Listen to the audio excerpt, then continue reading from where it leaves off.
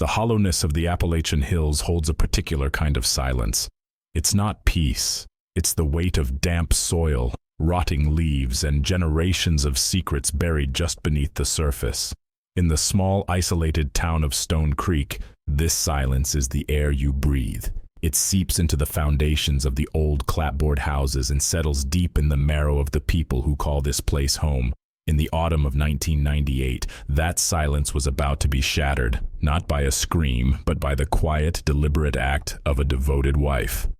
Frank Miller was a man made of the same grit as the mountains he worked in. In his late 40s, he ran a small construction crew, laying asphalt on winding country roads and pouring foundations for the few new homes that dared to sprout in the rocky soil.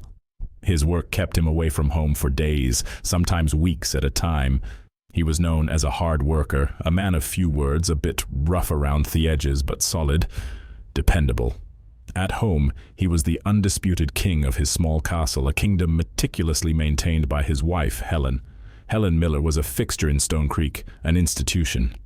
At 42, she was the picture of quiet devotion. Neighbors spoke of her in reverent tones. Her house was always immaculate, the scent of lemon polish and baking bread clinging to the air. Her garden was a riot of color in the summer and yielded jars of preserves that lined her cellar shelves in perfect gleaming rows.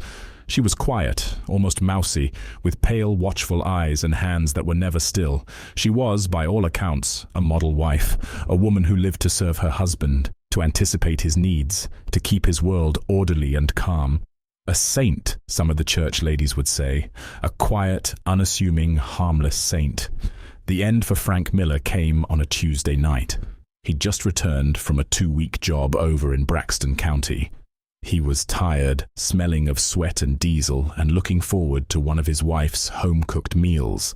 Helen had prepared his favorite, a thick, creamy chicken and dumpling soup, heavy with herbs from her garden. She served it to him in his favorite earthenware bowl as he sat at the head of their polished oak dining table. She watched him eat. Her expression was placid, her hands folded neatly in her lap. Frank took a few spoonfuls, a weary contentment settling on his features. "Damn good, Helen," he grunted, the highest praise he ever offered. "This one's got a bit of a kick, though, something different." Helen just smiled faintly. "A new herb I'm trying for digestion." Frank shrugged and kept eating, scooping up the thick dumplings and tender chicken. He finished the bowl, pushing it away with a sigh. It was only minutes later that the first cramp hit him.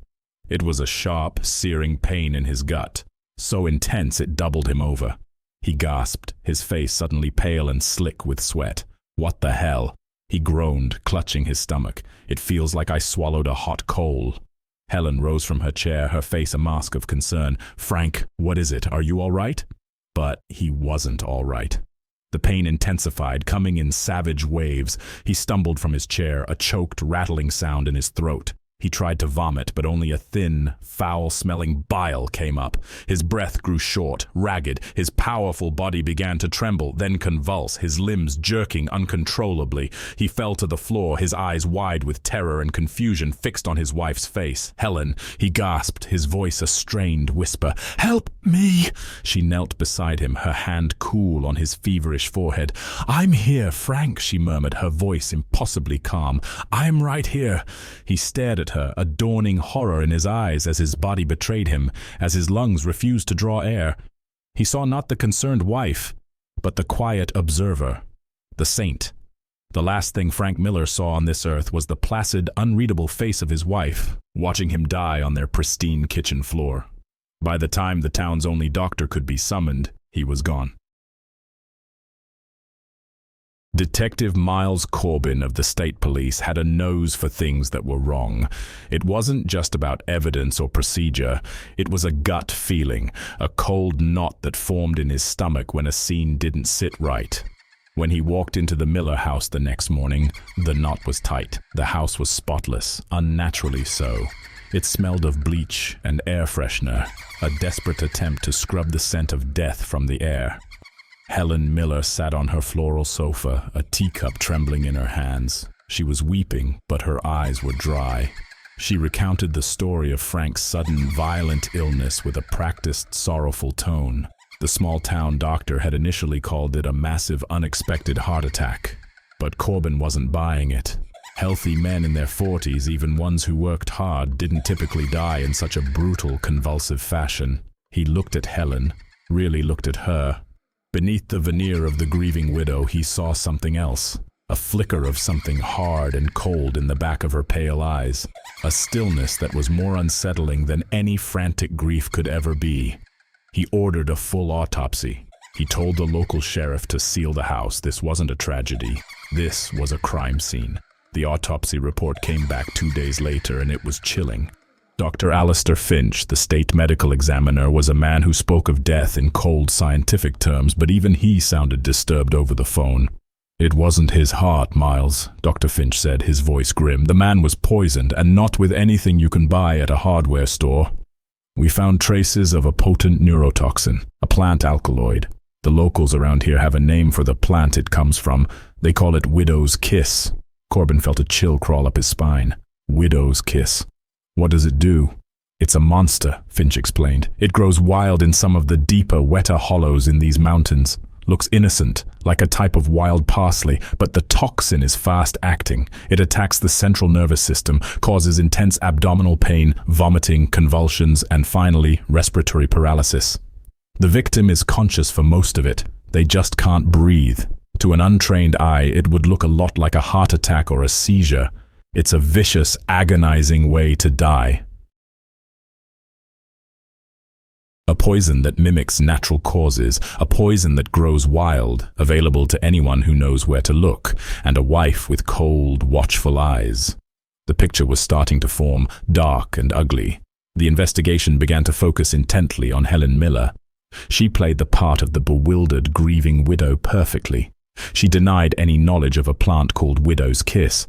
She claimed she only used common herbs from her garden for the soup: thyme, rosemary, sage, harmless everyday spices. She wept when Corbin suggested Frank might have been murdered, asking in a small, wounded voice, "Who would ever want to hurt my Frank?" But Corbin's gut told him he was looking at the killer. The problem was proving it. He needed a link between the quiet, respectable Helen Miller and a patch of deadly weeds growing in some dark, forgotten hollow. The break came from an old man named Abernathy, a neighbor whose property bordered the woods behind the Miller house. Mr. Abernathy was a classic mountain gossip, a man who sat on his porch and missed nothing. "Saw her myself," he told Corbin, chewing on an unlit cigar. "About 3 weeks ago. Saw Helen coming out of the woods back from the direction of Shadow Creek Hollow. That's a nasty place. Nothing good grows back there. She was carrying a small wicker basket, trying to hide it under her shawl. I called out a hello, and she just about jumped out of her skin. Said she was just gathering wildflowers. But there ain't no wildflowers in that hollow, detective. Just weeds and poison ivy and widow's kiss. Shadow Creek Hollow. The place where the bad plants grew." Corbin felt a jolt of electricity. He pressed Abernathy. "Are you sure it was her?" "Sure as I'm sitting here. She was acting funny. Hasty, like a teenager caught smoking behind the barn. I thought it was odd then, and I think it's odder now. This was the first thread. It was thin, but it was something." Corbin sent a team of forensics technicians to the Miller house for a second, more thorough search. He wanted them to tear the kitchen apart. He had a hunch about the kind of woman Helen Miller was, a woman of routine and habit, a woman who would be meticulous. While the team worked, Corbin started digging into Frank Miller's life. He talked to the men on his crew, to his friends at the local VFW hall where he drank beer on Friday nights. A different picture of Frank began to emerge, not just the stoic, hard-working husband, but a man who was deeply unhappy. His best friend, a grizzled mechanic named Gary, laid it out for Corbin in the dim light of a smoky bar. Frank was suffocating, Gary said, swirling the amber liquid in his glass. He loved Helen, I guess, in his own way. But she controlled him, not by yelling or demanding. It was quieter than that. It was the way she always knew where he was. The way she'd have his dinner on the table the second he walked in the door. The way the house was so damn perfect all the time. It was like living in a museum. He said it felt like he couldn't breathe. Like he was living his life for her, not for himself. "Did he ever talk about leaving her?" Corbin asked. Gary shook his head. No, Frank was old school. You make your bed, you lie in it. But he was restless. The last year or so, he was different. He was taking more jobs farther away, making excuses to stay on the road an extra day or two, and his money was tight. Real tight. For a guy working as much as he was always broke. Broke, that was interesting. Where was the money going? Corbin's team called him from the Miller house. They had found something. In the back of a deep pantry, behind rows of canned peaches and green beans, they found a small, heavy stone mortar and pestle, an old-fashioned tool for grinding herbs and spices. To the naked eye, it looked clean, but under a forensic microscope, the porous stone told a different story. Wedged deep in the tiny crevices were microscopic fragments of green plant matter. "We're running a lab analysis, but I'll bet my pension it's our murder weapon," the tech said over the phone. She ground the poison right here in her own kitchen. The net was tightening. They had her at the source of the poison. They had the tool she used to prepare it, but the motive was still a ghost. Why would this quiet, devoted wife suddenly snap and commit such a brutal, calculated murder? Was it really just because her husband felt suffocated? It didn't seem like enough. The answer, it turned out, was buried in the back garden. Another neighbor, a woman who had been part of the Helen is a Saint chorus, reluctantly came forward. She told Corbin about something strange she'd seen about a week before Frank's death. She'd seen Helen in the backyard, near the compost heap, digging a hole late in the evening. She had a dead chicken with her, one of her own laying hens. The neighbor had assumed it had died of some sickness and Helen was just disposing of it. But her furtiveness had been strange. Corbin knew in an instant. It was a test, a trial run. He took a deputy with a shovel to the Miller's backyard. They dug where the neighbor indicated. A few feet down in the soft, dark earth, they found it. The decomposing carcass of a chicken. Corbin had Dr. Finch run a toxicology screen on the remains. The result was exactly what he expected. The chicken had died of a massive dose of the same toxin that had killed Frank Miller. This was no crime of passion. This was not a woman who had snapped. This was premeditation of the coldest, most chilling kind. She had harvested the poison, she had prepared it, and then she had tested it to make sure it would work. She had watched one of her own animals die in agony to perfect her method for killing her husband. The image of the quiet, mousy woman was completely shattered, replaced by the portrait of a cold-blooded monster.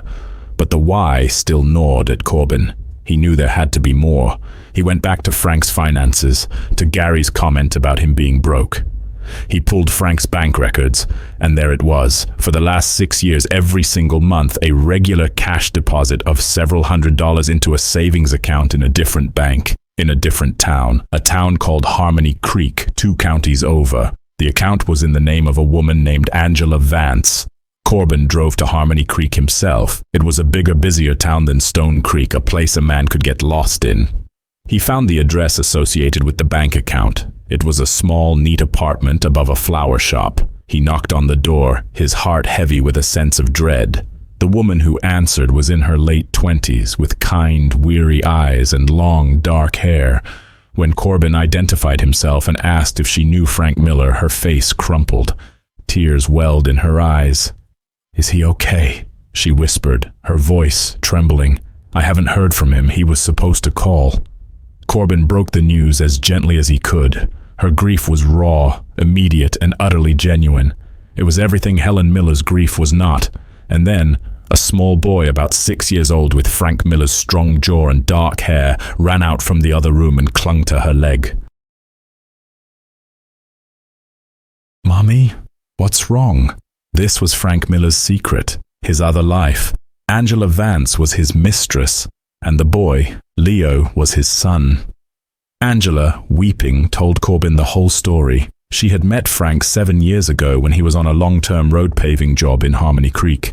She was a waitress at a local diner. They fell in love. He had told her he was in a loveless, suffocating marriage. He had promised her that one day when the time was right, he would leave his wife and they would be a proper family. He adored his son Leo. The money he sent every month was for them, to give them a life he couldn't provide openly. He was a good man. She sobbed, clutching a framed photo of Frank holding a smiling little Leo. He was just trapped. He said his wife, Helen, was fragile. He was afraid of what would happen if he left her. He said she was suspicious lately, more jealous. He thought she knew something was up, but he didn't think she knew about us. Corbin felt a wave of cold clarity. Helen hadn't been a fragile, clueless wife. She had been a possessive jailer who had discovered her prisoner had a life outside the prison walls. He drove back to Stone Creek with the final pieces of the puzzle. He knew how Helen had found out. In a small town, secrets have a way of leaking: a chance remark, a misplaced receipt, a friend of a friend who saw something. He confronted Helen with everything: the trip to Shadow Creek Hollow, the mortar and pestle, the dead chicken in the garden, and finally, he laid the photograph of Frank and his son, Leo, on the polished table in front of her. Helen stared at the photograph. The mask of the grieving widow didn't just crack, it disintegrated. The softness in her face hardened into something reptilian. The pale eyes that had feigned sorrow now glittered with a venomous, triumphant hatred. She looked at Corbin, and for the first time she smiled, a small, tight, horrifying smile. He deserved it. Her voice was no longer the mousy whisper of a timid wife. It was flat, cold, and hard as granite. He was my husband. He belonged to me. He made his vows before God and he broke them. He shamed me. He built another life behind my back with my money, with my time. He was planning on leaving me for that whore. How did you find out? Corbin's voice was low. It was Brenda from the church. She was talking about her cousin, how her husband had a secret credit card. A joke, but it planted a seed, so I looked. I went through his work truck when he was asleep. Tucked inside the cover of a spare tire manual, I found them, the bank slips for her account, and that.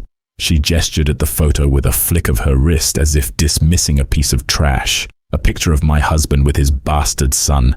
The pain of the discovery, the humiliation. It hadn't broken her, it had focused her. It had turned years of quiet resentment and loneliness into a single sharp point of pure, concentrated rage. Divorce was not an option. She said, her voice matter of fact. Divorce meant she would get half of what was mine. It meant the town would know I had failed, that I wasn't enough. No, death was cleaner, death was final. Death meant I kept everything. My house, my dignity, and he got his punishment. She confessed to the entire plot with a chilling, detached pride. She described harvesting the widow's kiss, her hands protected by thick gloves. She recounted grinding the leaves into a fine, dark green powder. She explained how she'd carefully measured the dose for the chicken, observing its death throes with a scientific curiosity to ensure the dosage was lethal. And she described making Frank's favorite soup, using extra sage and thyme to mask the poison's bitter taste. "Did you feel anything, Helen?" Corbin asked, his voice laced with disgust. "When you saw him on the floor, when he was begging you for help?" She looked at him, her eyes empty of all human emotion. I felt quiet. For the first time in a long time, everything was quiet. He was finally where he belonged, at my feet. The confession was absolute. The lack of remorse was terrifying. A few days before the murder, she had gone to their joint savings account and withdrawn a large sum of cash, securing her finances before she executed her plan. She wasn't just a scorned wife. She was a predator who had protected her territory and her assets with ruthless efficiency. Helen Miller was sentenced to life in prison without the possibility of parole. Her transformation in the eyes of the town was brutal and swift. The quiet saint was now the Stone Creek Gorgon, a monster hidden in plain sight. Her immaculate house was sold, its contents auctioned off. But no one in town wanted the mortar and pestle. It sat on an evidence shelf, a heavy stone testament to the coldness of a human heart. The real tragedy, Corbin knew, was for the ones left behind. Angela Vance and her son, Leo. They had lost their future, their provider, their dream of a life together, all of it sacrificed on the altar of Helen Miller's wounded pride. They were the collateral damage, their lives shattered by a secret they had no part in making. The story became a dark legend in the hills of West Virginia. A cautionary tale about the poison that can grow in a loveless marriage, but for Miles Corbin, it was something more. It was a stark reminder of the terrifying fragility of the line between good and evil, between devotion and obsession. It was the knowledge that sometimes the most monstrous things don't come from the darkness of some forgotten hollow. They come from the quiet, orderly, well-kept kitchens of people you think you know. They are served with a smile in a favorite bowl, a final, bitter taste of love that has curdled into something far, far worse than hate. And the silence they leave behind is the most terrifying sound of all.